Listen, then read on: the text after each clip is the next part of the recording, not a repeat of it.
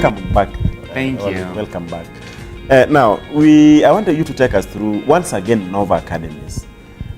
How is your admission like? For example, I'm a parent who my child has not got, or maybe has got admission in a Kenyan school. Mm-hmm. Okay? And maybe for reasons like school fee or maybe distance, my child is not able to go there.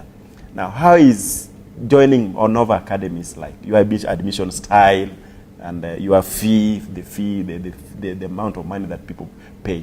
Just take us through that, please. Sure, yeah. Sure. So the first thing I'd say to any parent out there is learn more about our work on novaacademies.com. That has all information, all the details about the process, the application, the fees, etc. I think there are a few interesting things we're doing with our admissions process which are different.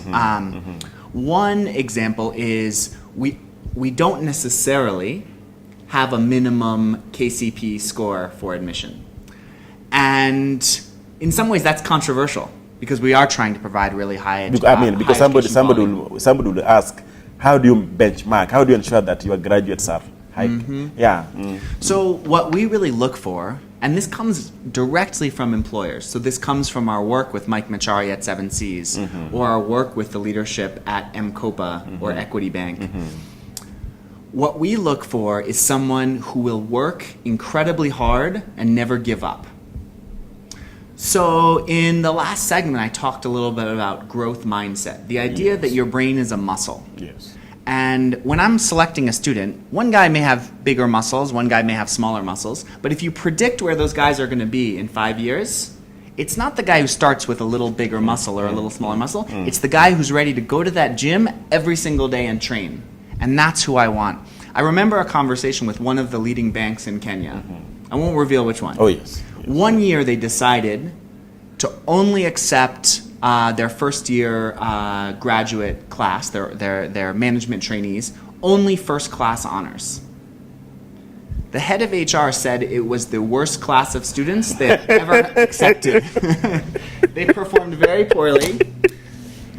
And the reason is relying only on marks, whether it's at the university level, at the primary school level, or at the secondary school level, relying only on marks without looking at attitude, mindset, the desire to work hard, I think is a mistake. So that's a little bit about our admissions process at Nova Academies. But I hope you'll visit our website, novaacademies.com, to learn a bit more. How do you find the environment in Kenya in terms of, work ethics and everything? Okay, the reason why I'm asking this is that people think that maybe work in the US is different, is difficult. How has your experience been like from setting up, growing like that until to where you are now? The challenges that you've gone through, all that stuff. Yes. Well, let me say a few things that have been very, very positive about my experience, and a few thoughts which I think have been challenging, and maybe to give a little bit of advice for those job seekers when we're trying to hire, or other companies who are trying to grow. So first, on the positive side, I talk about that attitude of hard work, that attitude of determination to not give up. That is something so strong in Kenya, so strong in the Kenyan culture. I see everyone on my team working so hard, building their skills, pursuing further studies. There's a real desire in Kenya to grow and improve. And that's not something you see in every country. I've spent a lot of time working in East Africa and South Africa. That's something really unique about Kenya. So I think the talent here and the potential for growth is huge. It's huge. Thank you. The other thing I see is a real value for education specifically. And the good side of that is Kenyans are always looking for innovation. They're always looking for the next educational opportunity which will really help them take them to the next level. The bad side of that, though, I've seen a lot of focus on papers, on certificates, on diplomas, on degrees, without the focus on real skills. So one of the negative things has been, I think it is really hard to hire and develop staff because so many people who come into our doors, they send me a CV with 20 pages. And they staple on every certificate in aviation and electrical engineering. They're applying for an HR job and they're stapling so many certificates. To me, it doesn't mean anything. What means something to me is someone who brings that incredible work ethic and someone who has actually tried to create something, to build something. So when we look at employees, when someone comes in with first class honors from University of Nairobi, 5 certificates in project management, 10 pages in their CV. I say, okay, maybe I'll talk to them. But someone comes in who's built a blog that everyone's reading. Someone comes in who has a successful YouTube series. Someone comes in who has an online portfolio of their software development work. When I can see someone has really done work, I don't care if they don't have papers. I don't care if they're a Form 4 leaver. That's the person I want to hire. I think you've had Dr. Oliver very, very, very, very, very well. And now, just to wind up now, what maybe a word of advice to the viewer, unless there's something that you wanted to mention in the show that you've forgotten. But to the viewer out there, you just mentioned that you don't mind about CVs and all that.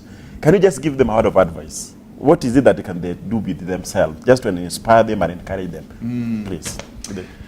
So I would say my number one piece of advice is practice and work hard. So pick that skill that you want to develop, be very clear about what that skill is, and then work harder than everyone else around you to develop that skill.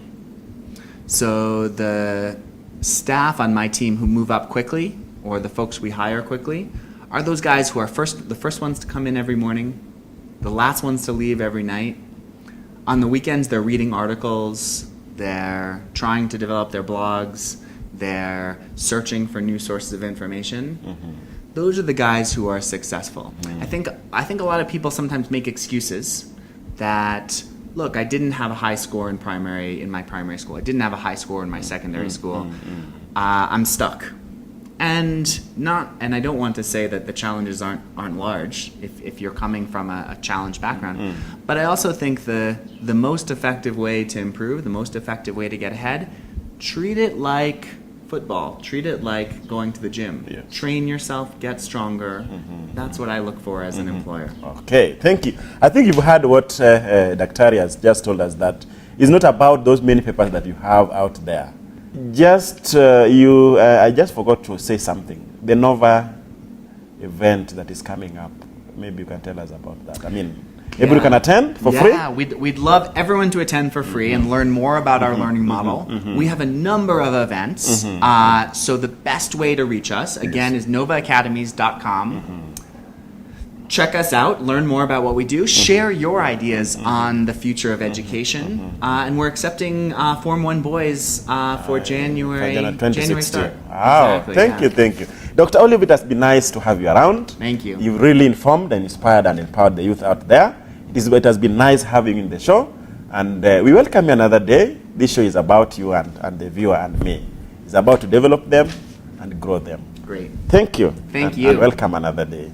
Hi viewer, hi Geek. It was nice having you around. I hope you've enjoyed the show. I hope you got all the pieces of advice, all the information from the Dr. Oliver from Spire Education. You can follow them up on spire.com, nova.com. And you can also follow me on Geek Studio at Geek Studio Show on Facebook and on my blog, .maxit.co.ku. Welcome another day.